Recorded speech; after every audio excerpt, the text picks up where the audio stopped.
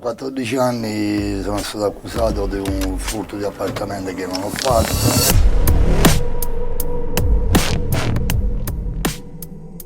E mi hanno condannato a 2 anni e 4 mesi. Dopo il 76 ho fatto una rapina, dopo mi hanno arrestato un'altra volta, mi sono rifatti il residuo dei 2 anni e 4 mesi, poi mi hanno arrestato all'84 per vari reati.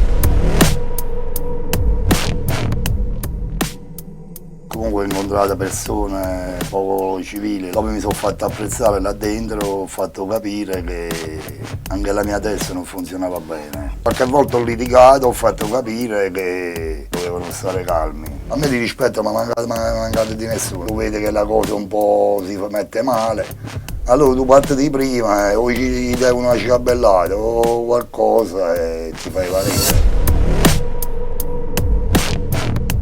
4 di noi siamo andati a fare una rapina e ci hanno beccati. Questa persona non la conoscevamo, lui era un armatore, dopodiché poi si è deciso, ci ha dato tutto e siamo scappati. Siamo scesi e ci abbiamo tolto tutto.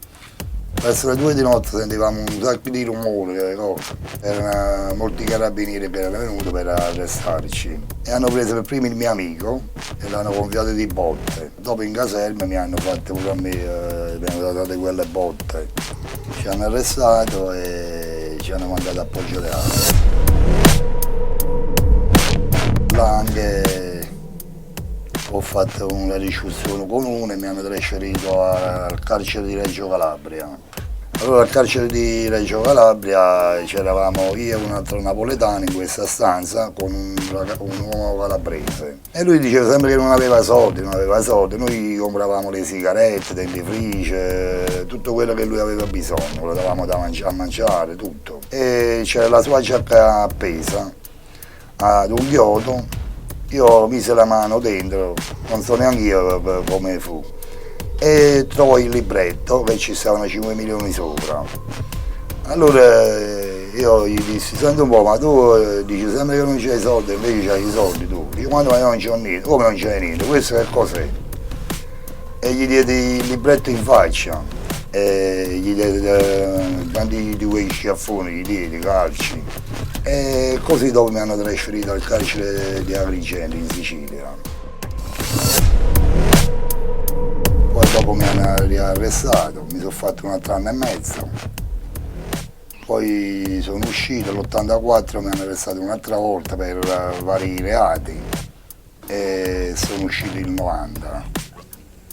Poi mi hanno mandato al carcere di Portazzurro, da là a Livorno, da Livorno a Regina Coeli e poi a Viterbo. Fui trasferito a un altro carcere, questo carcere era brutto, era sporco, perché era molto vecchio. Io per andare là mi tagliai il braccio, fece una bella ferita.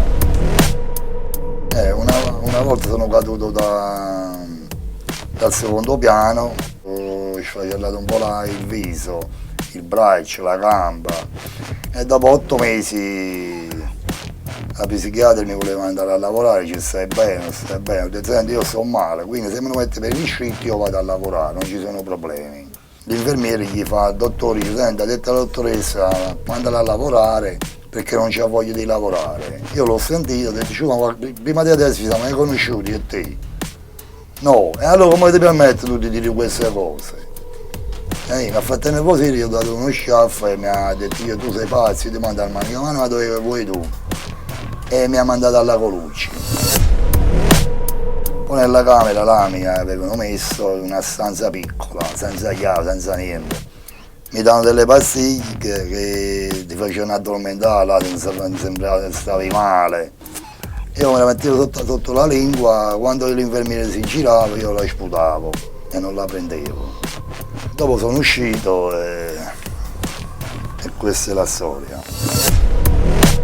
Quando sono usciti il 90, allora io me ne sono andato a Milano. Ho fatto tante cose belle, mi ha aggiustato la testa e quindi dopo da allora non sono andato più in carcere.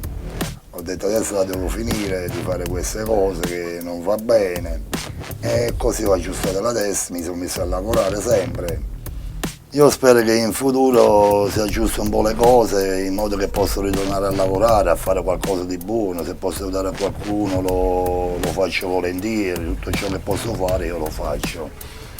Anche perché io ho 2 figli, ho delle nipote e quindi io spero che le cose si aggiustano.